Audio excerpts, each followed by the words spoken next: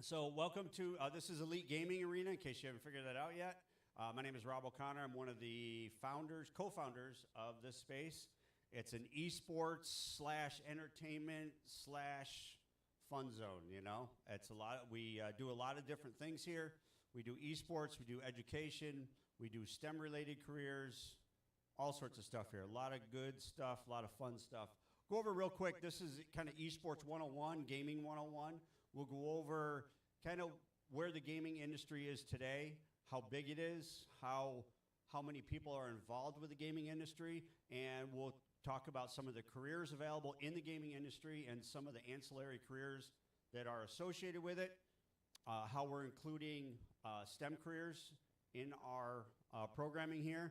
And then we have some gentlemen from Syracuse University esports team here to not players, but they run the whole esports program up at SU. SU is one of the first D1 schools to go all in on esports, so it's really exciting. They're right here in our backyard, and it's a great opportunity for our students here in Syracuse to take advantage of the programming they have up there. So we'll go through this real quick. Elite's mission is it's not just video games.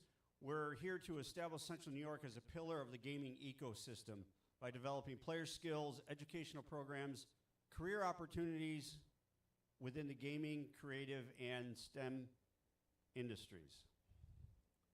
So first things first, a lot of people call it e-gaming. That's a big no-no.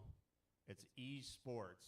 So if the kids will make fun if you call it e-gaming. We still get a lot of adults that call it e-gaming. So if you take anything away from this whole presentation, just call it e-sports from now on. So we'll go over the gaming industry real quick. So gaming industry and esports, they're one and the same, but they're a little different. Gaming just refers to any sorts of game, board games, card games, tabletop games, and of course, video games. Esports is the competitive side of video games. So basically you have teams or individuals that match up against each other, and they compete in games that are either score-based or time-based. And just like any other traditional sport, there's a winner and a loser at the end of it. The gaming industry, this is really interesting. Everybody knows the gaming industry is pretty big, right? It's pretty good size. Everybody knows they got kids or nieces, nephews that all game, right? So this gives you an idea. So music industry, 26.2. Movie industry, 33.9. That adds up to be $60 billion. This is the gaming industry. So it's more than double, triple actually, what these two industries are. And we all know how big these industries are, right? Just in the now this is globally. In the United States, it's nearly $60 billion just in the United States. And nearly, there's a little note at the bottom here, nearly 79% of all internet users regularly engage in gaming. 80% of gamers, or 80% of the people who use the internet engage in gaming in some way, shape, or form.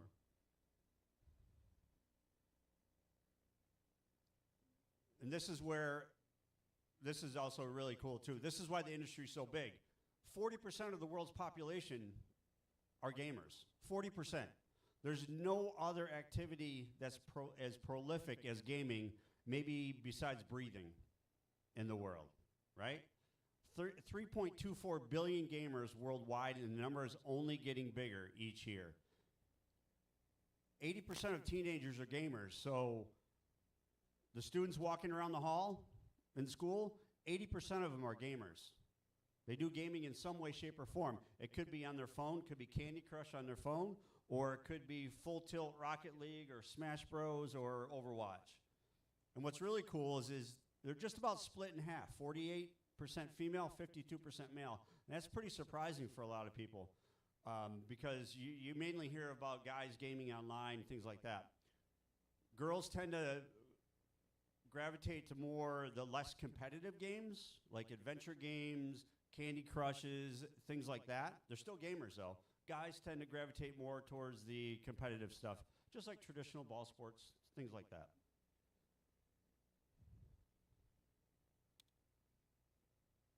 So this is another really interesting statistic. Gaming is not just gaming, it's entertainment. And what it's not just entertainment, it's interactive entertainment, right? The audience gets to participate with what's going on the screen. When you're in the movie theater, the only thing you're really interacting with is your popcorn or your soda, right?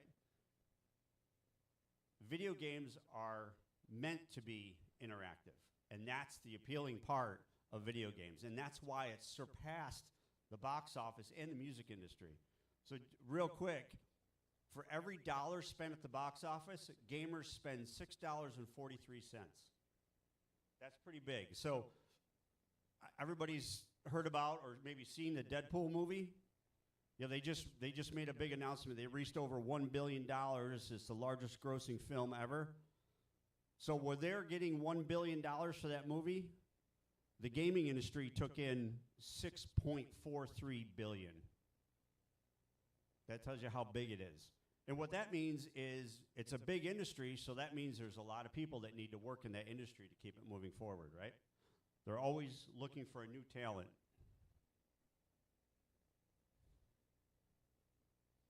Why is gaming so popular? It's all inclusive. Anybody can do it, right? Doesn't matter where you are socially, economically, physically, you can do it.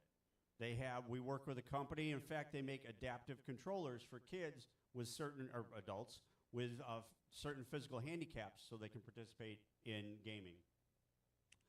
Again, interactive entertainment makes you feel good, gives you a sense of accomplishment, it's challenging and rewarding.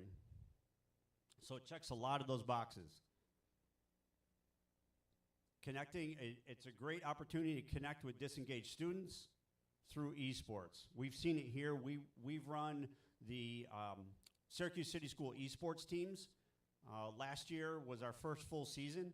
We had over 60 students here from all 5 of the high schools here every day after school.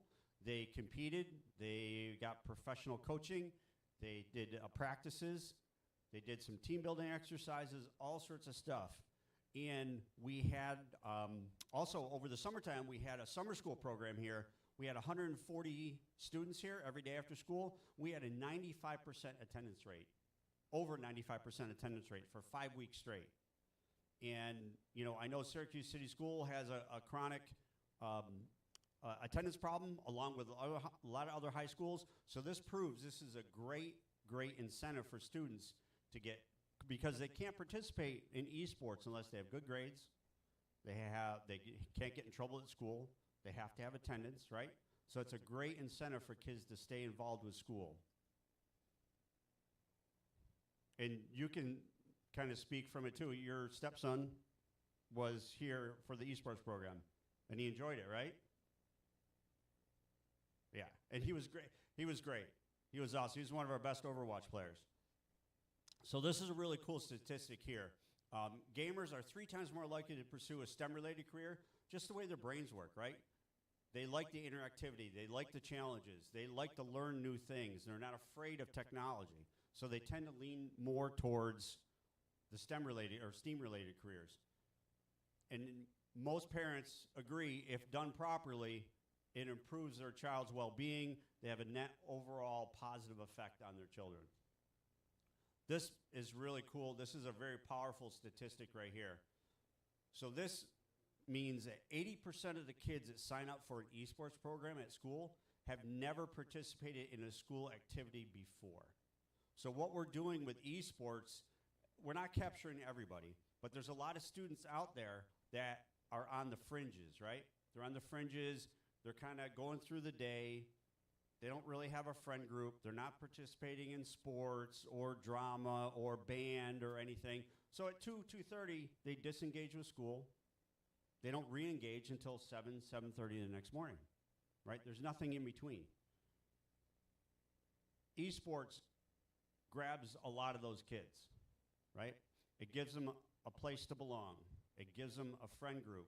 It challenges them, school spirit, and then all the other good stuff baked into that. They don't even know they're learning. You know, it's like sliding salad in with dinner. You know, they're learning communication skills, time management, leadership, problem solving, critical thinking, all that good stuff that they're normally missing out on because they're not engaged with something. Just a quick story. I have two sons, both grown now. One was a full-blown sports kid, soccer, lacrosse, travel teams too much, traveled way too much. And but he was part of a team, so he got all the benefits. You know, he became coachable. He was a gracious winner, gracious loser. He got all those benefits. My oldest son had Asperger, or has Asperger's. He had a hard time fitting in school. This is before esports started. He found marching band. Marching band, once he was in marching band, it changed his whole experience. He had a friend group. He had people to hang out with, see each other in the hallway, talk, you know. So esports does that same sort of thing for these kids that are kind of maybe disengaged. Gaming versus stereotypes versus reality. You talk to any gamer kid, they want to be a content creator or a professional esports player.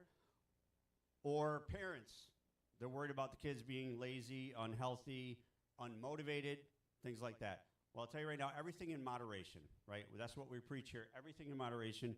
You shouldn't be gaming 12 hours a day. You shouldn't be on a treadmill 12 hours a day, right? Everything in moderation. We talk to the kids about nutrition, physical exercise, all that sort of stuff. You have to be well-rounded. Just like any other athlete, you have to be well-rounded in order to be able to perform up on the stage when it really counts, right? So content creators and professional esports athletes, and these guys can talk to this, about 1 to 2%, just like any other professional athlete, football, basketball, baseball, about 1 to 2% make it up to that level. What esports, and a lot of parents are worried about that. It's like he's never gonna be able to make it. They certainly can if they apply themselves and work hard in both school and applying themselves to their particular game. But the beauty of esports is it provides a great environment for your child or your students to thrive in high school, and then if they want to continue their esports career into college, it provides a better experience at college, whether they're going for something in the gaming industry or electrical engineering or architecture or communications, right? It's a great way for them to be involved and engaged with school. It's a great motivator. And then, again, here's all the points I just made: social connections, mental health, student engagement, scholarships. These guys will speak about that. Career opportunities and recognition and achievement. That's a big one for the social emotional piece, right? Kids like to be validated. They like to be part of a group. So this esports is a great way to make that happen. And if there's any questions while I'm going through this, I'm going through stuff pretty quick. Raise your hand. We got a small group here, so no big deal. So again, here's another even more benefits for students. So here's, and I'll let these guys talk more about this, but here's SU right here. When was this, guys? Do you know? May this year, right? Very recently. You guys are, and what games? Oh, Counter-Strike. Yep, Counter-Strike 2 champions, Syracuse University right here. So last year, 800 colleges offered $25 million in esports scholarships. So that's accessible for a lot of kids, right? That's very accessible for a lot of kids. Student athletes, student first, athlete second. That's the most important part. We've started a New York State high school and middle school esports league in New York State where we get high schools and middle schools together. We're starting in Central New York. We're going to branch out and eventually cover all of New York State, where we'll hold, just like if anybody's familiar with traditional sports, there's the different sections. We're in section 3 right here. Yep.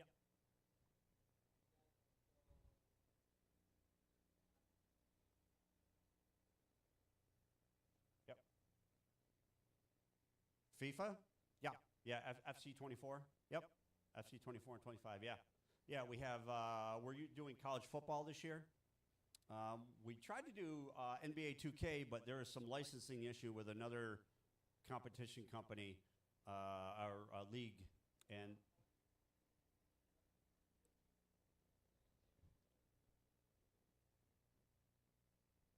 With what now? So yeah, good. He asked how the competitions work with practices and competitions. So we have a platform that we use. It's called Vanta, where all the schools sign in. They put in their rosters for their teams, right? And then they have set match times during a particular day at a particular time. So they all log in, they match up against the other team, and then they play online against each other, all right? As far as practices, great question. We have professional coaches, believe it or not, for video games. We have a network of about 600 professional coaches, and that's all they do is coach players in the individual titles that they have. They have, and it's very elaborate. It's very much like you have an offensive line coach for football. You have coaches for esports, like Rocket League, for instance. Our coaches, they use digital whiteboards to show rotations. And maneuvers, aerial maneuvers. They have them practice specific skills, and then those kids, and then they'll do practice matches or scrimmages to practice those skills, right? And then the coach follows up with them the next week, see how they did on their matches, and improve any skills from there.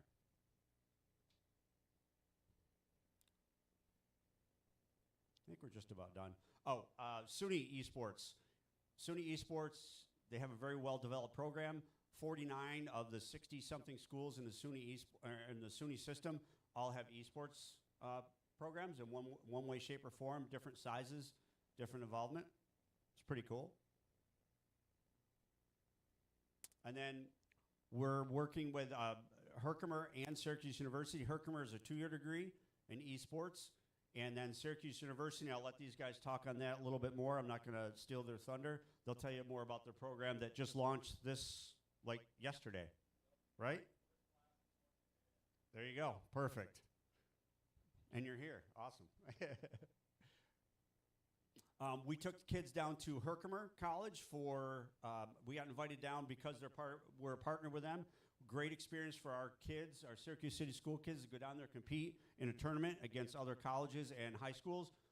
Great experience. On the way down, we got talking to the kids about what their plans are for college and higher ed or jobs. They really didn't have any plans in particular. They said, I don't think college is for me. We get them down there. They did a campus tour. They took them in the dorm rooms. Of course, they fed them. They competed. On the way home, we asked them the same question. What do you guys think? Do you think you see yourself going to college? Every one of them says, yes, I think I could see myself going to college. If I can play esports in college, I think I'm going to go to college now. And then, of course, then we had to talk about getting their grades up, things like that. But that was pretty eye-opening for me that, you know, esports opened their eyes. If we didn't take them down there, they might not know what their opportunities are, right? So esports is just another avenue to let kids know there are opportunities out there. And these are the, you know, possibly the kids that are disengaged, and they wouldn't know it otherwise. We're raising digital citizens to build connections with students through their interests and passions. So esports is a great conduit. Like we talk to a lot of parents, a lot of educators. We tell them, don't worry about the game that they're playing. We make sure they play age-appropriate games. Where they're not playing anything they shouldn't be playing here, right? Whatever they're doing at home, that's at home. But esports is a great conduit to connect with the kids. Once you're on their level, the lines of communication open up, right? Now you're on their level. They feel validated. They feel heard. So now it's a lot easier to talk to them about things that they maybe didn't talk about before, right? As far as education, careers, what their interests are. Validating their interests is important. And lastly, just remember, esports, not e-gaming. And I think that's it. Yeah, that's it. So, thanks. So I'll turn it over to the gentleman here from SU. Ben, can you put that slide up? There we go. Travis and Nikita are from Syracuse University. They are part of the leadership team up at Syracuse University. SU is investing, yep, green lights. Yeah, just hold them down. All right, am I good? Yeah. And SU is investing millions of dollars in their esports program up there, which is super exciting. Again, they're one of the first full-on D1 schools to make this type of investment. As far as I know, what the esports director, Joey, has told me, the chancellor is 100% on board in developing the program and see where it takes them. So hand it off to you guys. Go right ahead. Thank you, thank you. I think we'll just start with introductions and then get into the program that we have. So my name's Nikita Baer. I'm the esports program manager up at Syracuse, and I handle a lot of the academic side, which we'll get into what that means after Travis introduces himself. Hey, my name's Travis Yang. I'm the director of esports competition. Started up at Syracuse this March. In 2018, I was the assistant esports coach for Ashland University. It was a small private D2 in Ohio. After that, I was the head esports coach for Texas A&M San Antonio for about 2 years. After that, I was the director of esports for Wichita State in Kansas for about 2 years, and now finally up here in Syracuse. So I give you that full history just to kind of demonstrate kind of the depth and kind of the widespreadness of esports, collegiate esports right now, right? I mean, I just went through private D2. Texas A&M San Antonio was a public NAIA. Wichita State, obviously, public D1, and now Syracuse, large private, Power 4, Power 5 D1. So that really covers a huge range of schools, which, in some of those slides, right, we're up to 800 now. 800 does kind of include both 2-year institutions, 4-year institutions, JUCOs, community colleges. They're all kind of lumped in there. But that number is pretty accurate in terms of varsity programs. So that does not include clubs, which would push that number up significantly. And then the one thing I'll just add on, please feel free to ask questions. This is only going to be interesting and beneficial to y'all if you guys continue to ask questions. So we love to do that. So please interrupt us anytime. What was that? You're probably the closest.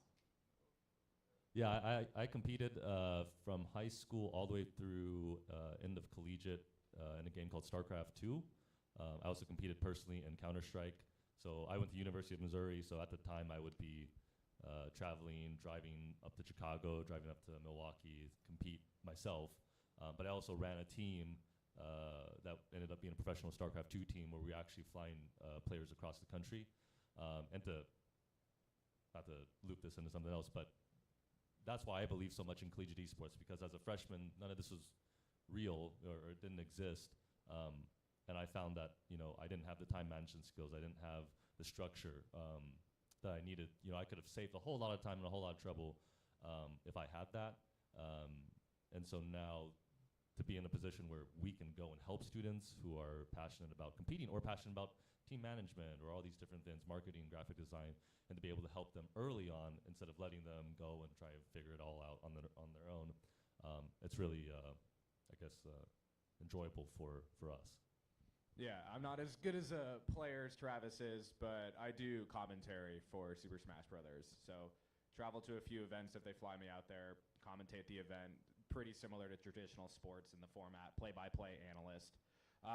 And yeah, I think Travis's introduction highlights a lot about the depth of esports at the collegiate level for the last 7 or 6 years or so. Similar in my position, I work at the academic side of Syracuse esports.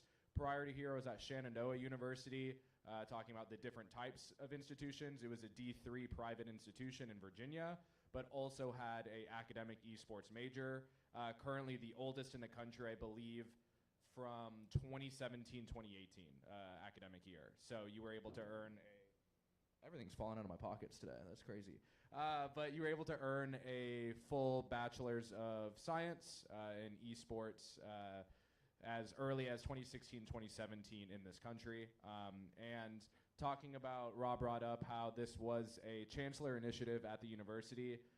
Chancellor Kent, prior to hiring a single person for esports, in his year address for 2023 stated that Syracuse is going to be the leader in collegiate esports by, I believe, 2025, 2026.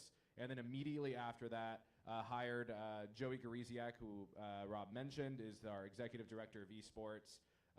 And then since then, as of last year, we're able to hire me, hire Travis, hire Sean Kelly, a director of production, and then Meg Danaher, an assistant director, underneath student experience, helping with recreations. And in the matter of 1 year, that's 5 full-time staff, not even including coordinator roles, which makes it one of the largest staff teams in all of collegiate esports. But yeah, I think it's important to talk about what Syracuse is doing and how holistic of an approach it is, where it's not just competitive teams, it's not just classes or a minor or a major, it's not just having a space on campus, it's everything put together, and I think there's a lot of intent behind it. So we do have a full degree path that just started literally today at 8 a.m. It's a degree in esport management and communication, and that will be housed out of Falk and Newhouse as a joint degree. And the way that we approached designing and editing the curriculum is to make it so students who take this degree path are not just pigeonholing themselves into an esports career, they're using their interest in esports as a way to learn about management skills, learn about communication skills, learn about law, learn about economics. So they could find what type of job they would want to work in, what type of industry they would want to work in with that degree.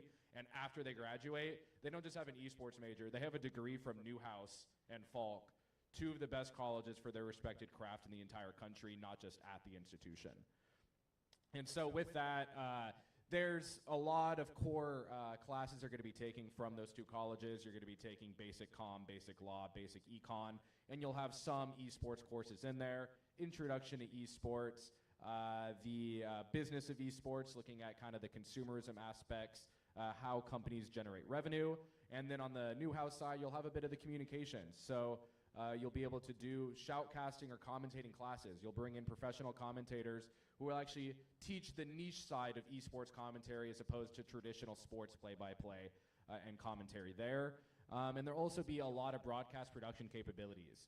Broadcast production in esports uses the exact same hardware and software as broadcast production in entertainment or in sports. So if you learn it through that lens of esports, you'll be able to work at ESPN or something of that sort at the Olympics, just covering traditional sports with that technological knowledge you'll have. And yeah, I think I'll let Travis cover a bit of the competitive side so you can see both sides of the program. Pardon my ignorance, real quick show of hands, how many of y'all is this all K-12 educators from the space? Okay, literally everyone in the room. Okay, perfect. Anyone from middle school specifically? Cool. Okay, and then high school? No high school. We got all middle school, okay. Okay, sorry. Wow, that's awesome. I'll try to loop in some examples at the end, but I guess starting from the collegiate side, the best way to describe a varsity esports program is you can think of it kind of like a mini athletics department structurally, right? We don't have just one single game that we play. So for us, representing Syracuse, we have 6 varsity titles, right? It's going to be Rocket League, Counter-Strike, Call of Duty, Overwatch 2, Super Smash Bros. Ultimate, and Valorant. So some of those games you might be familiar with, some of them you might not be. Some of those exist at the middle school and high school level through national leagues. Some of them don't, right? Some of them are a little bit more violent, a little more graphic violence, and so they're not really available or accessible until you get to the collegiate level. So we have our 6 different teams, and we recruit for all of those teams uniquely. So if I'm recruiting for a Rocket League team, which we are right now, I'm not trying to just find any gamer in general. I'm usually, if I'm talking to a high schooler or sometimes talking to a middle schooler, they are specifically already playing Rocket League. And so that's kind of the path that they're on. That's their sport, so to speak. So we have the 6 different games. Each team has their own roster. Roster size will usually differ depending on the game itself. But in total across 6, we're right around 35 to 40 student athletes. Every team also has a paid student employee that is a team coordinator and another paid student employee that is a team coach. So then we have a whole kind of student staff built around that as well. And that's not to speak for Sean Kelly, who's our director of production. He has another dedicated set of student employees who do things on the production end. So commentary, analyst work, back-end production. I'm probably missing a couple, but you kind of get the picture there. Kind of the standard recruiting pipeline. Again, now there's national leagues for middle school, the MSEL, there's the HSEL, there's Play Versus. Again, some of y'all might be familiar with these. Usually for us, we will go and we'll have public interest forums. We'll go out to state championships. So earlier this year, we were at the Garden State Esports Spring Finals, where I actually got to go and watch New Jersey State, high schools play and do their championship for their respective games. actually go and talk with high schoolers right after they finish their matches, which is one benefit. NCAA does not really exist right now in esports, so if I want to recruit a student, I can go and talk to them immediately, for better or for worse. Usually it's good, but so we'll go and we'll talk with a student, we'll get them in our system. Usually we'll meet them in person, or I'll talk with a student virtually, so through a Discord call, through a Zoom.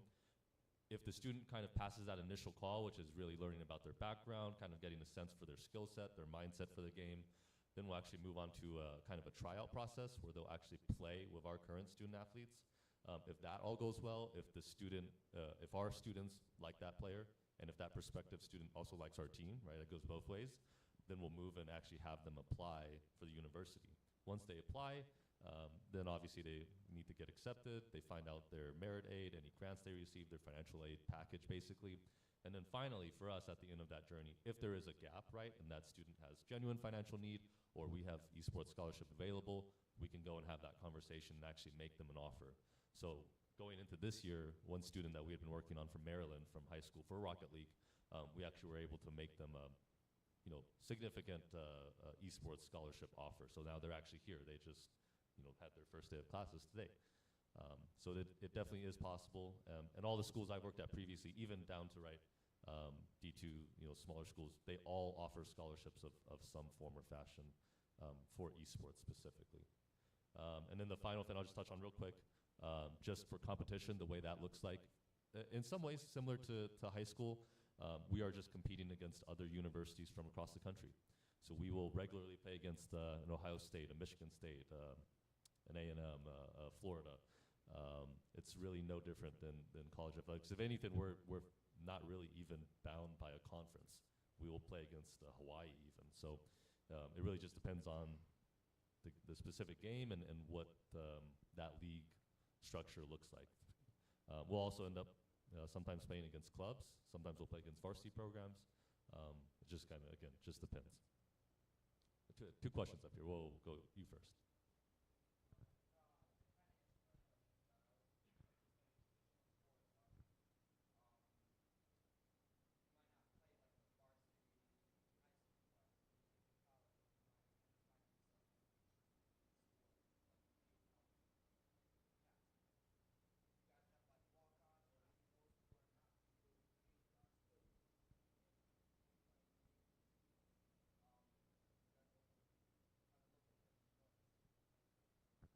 Yeah, we have a full club as well, separate from the varsity program. Nikita mentioned someone named Meg Danaher. She just brought her on board as our assistant director of esports. She actually came from Butler University, where she was a senior coordinator for their esports program over there. So she oversees the club, and actually next week, September 3rd and 4th, we are running walk-on open tryouts on campus. So most of our varsity teams are about 70 to 80% filled, but that gap we actually fill with walk-on students. So we actually regularly draw upon current students. Granted, they have to meet kind of minimum requirements to really even try out, but there's plenty of students like that. And again, the club helps facilitate those students who aren't quite at that level, but may be interested in still competing. They can compete through the club and develop their skills, and then we can actually recruit just internally through the club if needed. So, yeah.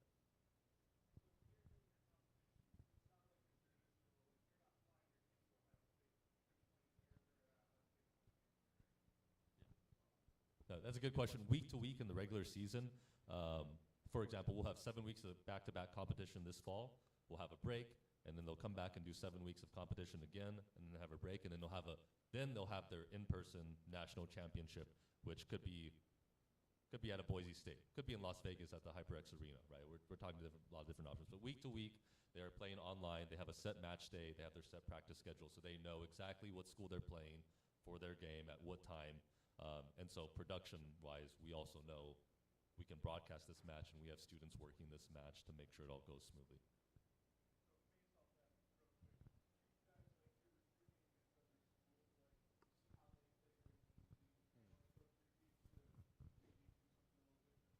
Yep, that's a part of what they build into their practice. So let's say we're talking about Overwatch. Overwatch will have a practice Monday, Wednesday, Friday. Each of those days is a 3-hour block. But they're not just playing the game, right? It's very organized. So that Monday, right, if they have a match on that Saturday, right, that immediate following Monday, that practice, 2 hours of that might just literally be film review. And they might have a coach involved. So they're all sitting there going over the film, looking at what went right, what went wrong, what we need to work on for that week. And then that's what they're working on Wednesday, on Friday. So they actually build out according to kind of what they need to work on for that week, or what the coach says they need to work on. Any other questions? I could talk a little more about the interests that students have, because I think Rob brought up a really important point where esports can be an identity for a lot of these students and could be the reason why they're attending Syracuse or even attending certain high schools. I know like JD is really looking into adopting esports because Joey's daughters go there, so he wants there to be opportunities for them once they enter middle school and high school to have esports opportunities, where it's not just competing and it's not just studying it when we're talking about the higher education, or some high schools are even adopting esports curriculum as well, where it's just having these clubs on campus or these communities on campus. That addition of Meg to our staff is really important, because every single student, whether they're just interested in gaming, whether they're interested in, you know, tabletop, they like Dungeons and Dragons, there will be a home for them at Syracuse. And that's something that's being adopted at a lot of higher ed institutions, a lot of high school or even middle schools, where you just have a gaming organization. You don't have to go full into having varsity or junior varsity competition. It really could just be having a gathering. They go to the computer lab once a week to just play games with one another and get that identity. One of the stories that Rob brought up with marching band is his son was able to find a community through that. We have heard so many stories of people not even their mother talked to us about seeing this degree path or seeing this competitive opportunity or just being able to have work study experience. They would have never thought that college would have been an opportunity for their child until they knew that esports was a thing that was there. So I think just having some form of an identity of it on your campus will be, and at your schools, will be incredibly helpful.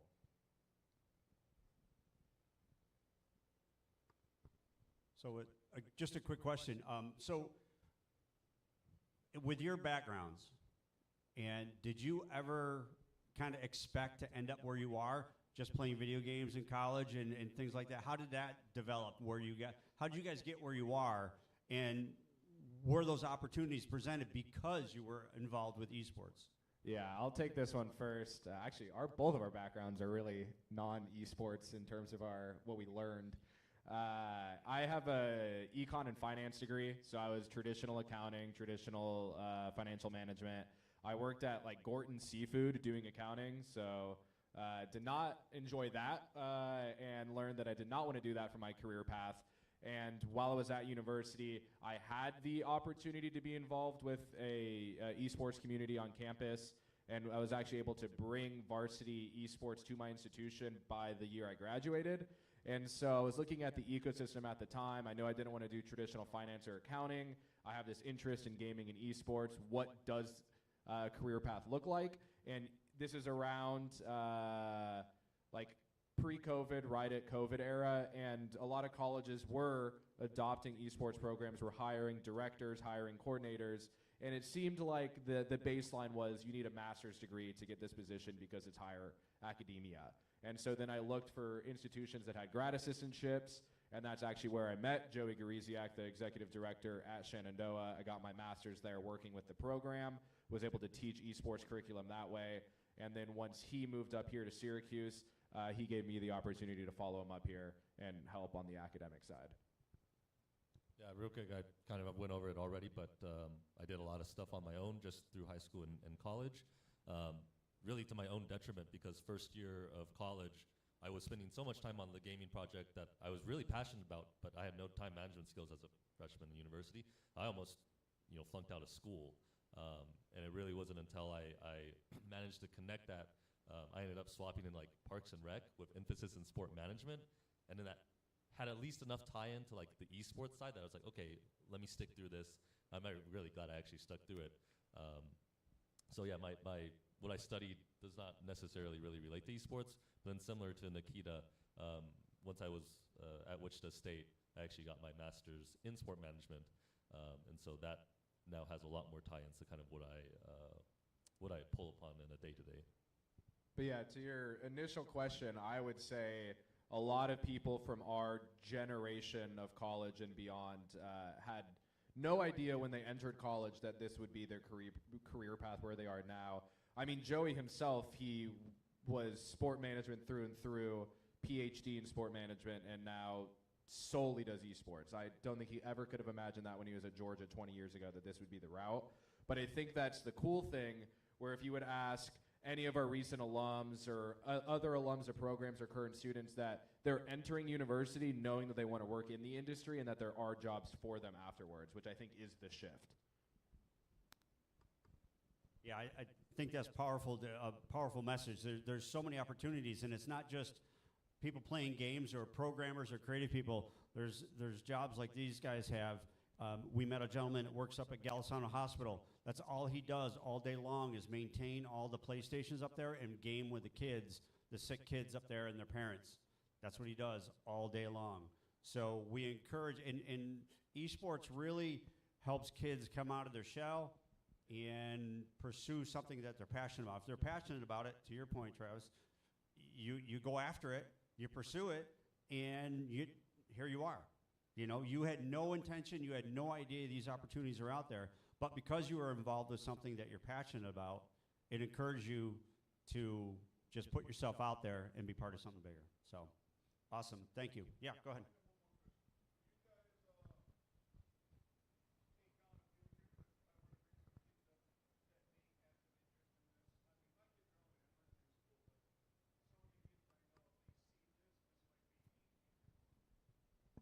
Yeah, I mean, our thoughts on it is if you can get to the university, we're always happy to have you. We can work on like parking and stuff as well. And yeah, I think for a lot of people, esports doesn't really make sense until you see it. And so we encourage everyone who has any questions to come down and see the space.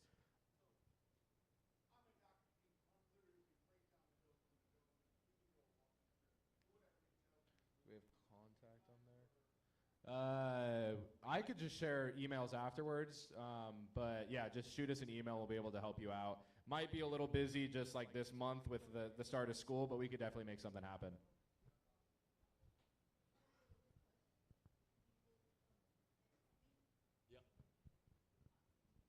We'll travel out. We'll do a presentation. If you yourself just want to come and see what it's all about first before getting your students, that's totally fine. If you have 2 or 3 students, that's totally fine. If you have 20 or 30, we have different facilities we can take and show them and have them play, and we can do all that. We would love to do that.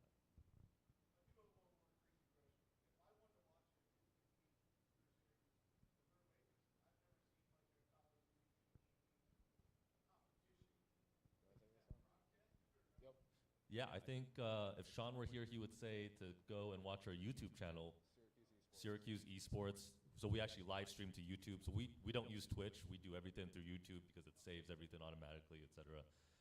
So yeah, if you just search up Syracuse Esports on YouTube, that's where all our matches will be. So starting 2 weeks from now, every Monday, Tuesday, Wednesday, Thursday, there will be live broadcasts every single night for different games.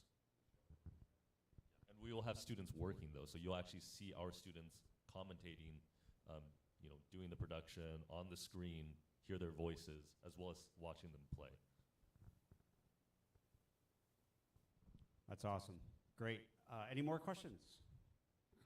I think the time's starting to run out. You guys got a shuttle to catch, so no more questions. I think we'll let you guys go.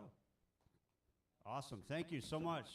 We hope we have a new appreciation for esports and gaming, and take that home and share that with everybody else. Share the gospel.